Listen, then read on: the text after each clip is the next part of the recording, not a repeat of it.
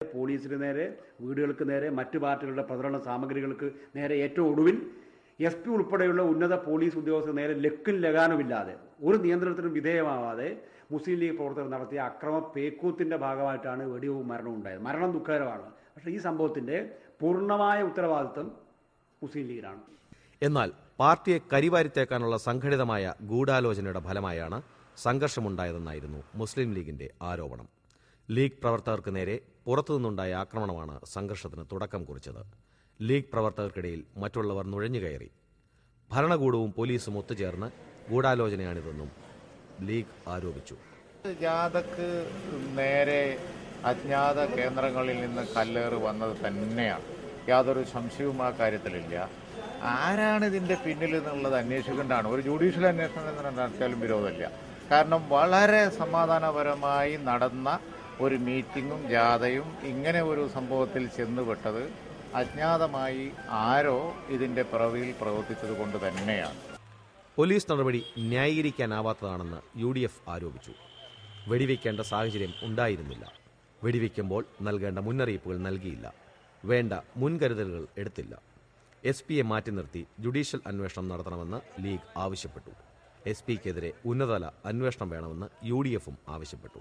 ഇവിടെയുള്ള ഏറ്റവും വലിയ പാർട്ടി മാർക്സിസ്റ്റ് കമ്മ്യൂണിസ്റ്റ് പാർട്ടി അടക്കമുള്ള ആളുകൾ ഇത് വർഗീയ ചോയുണ്ടോ എന്ന് പറയുകയും കൂടി ചെയ്യുമ്പോൾ ഇത് ആസൂത്രിതമായി ഇത് വർഗീയമാക്കേണ്ട ഒരു പരിശ്രമം നടക്കുന്നുണ്ട് എന്നുള്ള ഞങ്ങളുടെ അഭിപ്രായം സ്ഥിരീകരിക്കപ്പെട്ടിരിക്കുകയാണ്. എന്നാൽ SP-യുടെ നടപടിക്ക് ഉന്നത പോലീസ് ഉദ്യോഗസ്ഥരും ആഭ്യന്തര വകുപ്പും പൂർണ്ണ പിന്തുണ നൽകി. കാസർഗോട്ടുണ്ടായത് ഗുരുതരമായ സ്ഥിതിവിശേഷമാണെന്നായിരുന്നു DGP-യുടെ പ്രതികരണം. SP-യെ തടഞ്ഞ സംഭവം പോലീസ് ഗൗരവമായി തന്നെ കാണുന്നുവെന്നും അദ്ദേഹം പറഞ്ഞു. പോലീസിന്റെ ജീപ്പ് ആദ്യം ആക്രമിച്ചത് മറിച്ചിട്ടു. അങ്ങോട്ടും ഇങ്ങോട്ടും കല്ലേറ് നടന്നിട്ടുണ്ട്. അതിനുശേഷം SP-യുടെ കാറ് തന്നെ SP ഇങ്ങോട്ട് വരേണ്ട ഒരു സിറ്റുവേഷൻ ഉണ്ടായി. അതിനുശേഷം SP-യുടെ കാറ് തന്നെ മടങ്ങിപ്പോകേണ്ട സിറ്റുവേഷൻ ഉണ്ടായി. കാറിന് ഡാമേജ് പറ്റി. അതിനുശേഷം SP-ക്ക് തന്നെ ഡാമേജ് പറ്റി. അപ്പം ഒരു സംഘർഷം ഇവിടെ ഉണ്ടായിരുന്നു. ആ സംഘർഷത്തിന് കാരണക്കാരാണ്, എന്താണ് സംഭവിച്ചെന്നുള്ള കാര്യം അന്വേഷിച്ചിട്ടേ പറയാൻ പറ്റുള്ളൂ. പോലീസിന് വീഴ്ച പറ്റിയിട്ടില്ലെന്ന് ആഭ്യന്തരമന്ത്രി വ്യക്തമാക്കി. ഇടപെടേണ്ട സാഹചര്യം ഉണ്ടായതിനാലാണ് പോലീസ് ഇടപെട്ടതെന്നും ആഭ്യന്തരമന്ത്രി പറഞ്ഞു. ഇപ്പോൾ സമാധാനം പുനഃസ്ഥാപിക്കുക എന്നതിനാണ് സർക്കാർ മുൻഗണന കൊടുത്തിട്ടുള്ളത്. ഇതിൻ്റെ അടിസ്ഥാനത്തിൽ ആവശ്യമായിട്ടുള്ള പോലീസ് സംവിധാനത്തെ കാസർഗോഡ് വിന്യസിച്ചിട്ടുണ്ട്. ഉന്നത പോലീസ് ഉദ്യോഗസ്ഥന്മാർ കാസർഗോഡ് കഴിഞ്ഞ ദിവസങ്ങളിലായി ക്യാമ്പ് ചെയ്യുന്നുണ്ട്. രാഷ്ട്രീയ പ്രത്യാരോപണങ്ങൾക്കപ്പുറം രാഷ്ട്രീയ പാർട്ടികൾ യാഥാർത്ഥ്യം തിരിച്ചറിഞ്ഞു എന്നതിന്റെ സൂചനയാണ് സർവകക്ഷി യോഗത്തിലുണ്ടായ തീരുമാനങ്ങൾ സൂചിപ്പിക്കുന്നത്.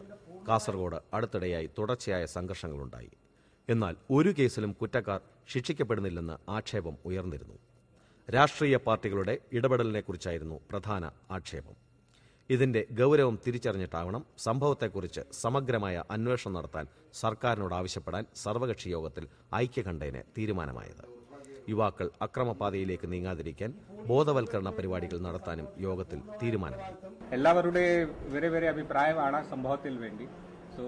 ഒരു ആദ്യത്തെ തീരുമാനമാണ് ഒരു സമഗ്രമായ അന്വേഷണം ഈ എല്ലാ സംഭവത്തിൽ വേണ്ടി ഈ പീസ് കമ്മിറ്റി സർക്കാരിൽ റിക്കമെൻഡ് ചെയ്തിട്ടുണ്ട്.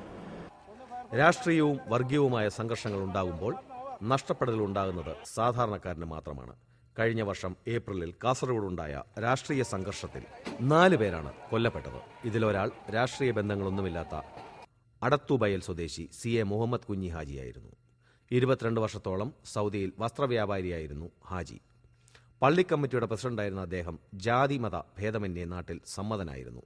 സംഭവം നടന്ന് 19 മാസമായിട്ടും കേസിൽ ഒരു പുരോഗതിയുമില്ല. 4 പ്രതികളെ അറസ്റ്റ് ചെയ്തിരുന്നു. അവരിപ്പോൾ ജാമ്യത്തിലാണ്. ദുബായിൽ ഗ്രാഫിക് ഡിസൈനറായി ജോലി ചെയ്യുന്ന മുഹമ്മദ് കുഞ്ഞി ഹാജിയുടെ മകൻ ഷബാൻ അലിക്ക് ഇപ്പോഴും പിതാവിന്റെ വിയോഗം നീറുന്ന ഓർമ്മയാണ്. ഉപ്പ എന്ന് പറഞ്ഞാൽ കുടുംബകാര്യങ്ങളല്ലാണ്ട് പൊളിറ്റിക്സോ ഒരു ഇതിലില്ലാതെ, കാരണം എന്ന് പറഞ്ഞാൽ ഒരു 18-19 വർഷമായിട്ട് ഗൾഫിൽ തന്നെയായിരുന്നു. ഗൾഫുകാരുടെ ജീവിതം അറിയാലോ. അതായത് ഒരു 2 മാസം നാട്ടിൽ നിൽക്കും, പിന്നെ 2 വർഷം ഇവിടെ ആയിരിക്കും. അപ്പോൾ ഒന്നിനും ഇല്ലാത്തൊരാളാണ്. അതാണ് കൂടുതലും വിഷമിച്ചത്. ഷബാന്റെ ഉള്ളിലെ ആദ്യ തന്നെയാണ് ഇന്ന് ഓരോ കാസർഗോട്ടുകാരനും ഉള്ളത്. പ്രഖ്യാപനങ്ങളും ആരോപണ പ്രത്യാരോപണങ്ങളും മുറ പോലെ തുടരുമ്പോൾ ഇവിടുത്തുകാർക്ക് ഒറ്റ ആഗ്രഹമേ ഉള്ളൂ: ശാശ്വതമായ സമാധാന ജീവിതം.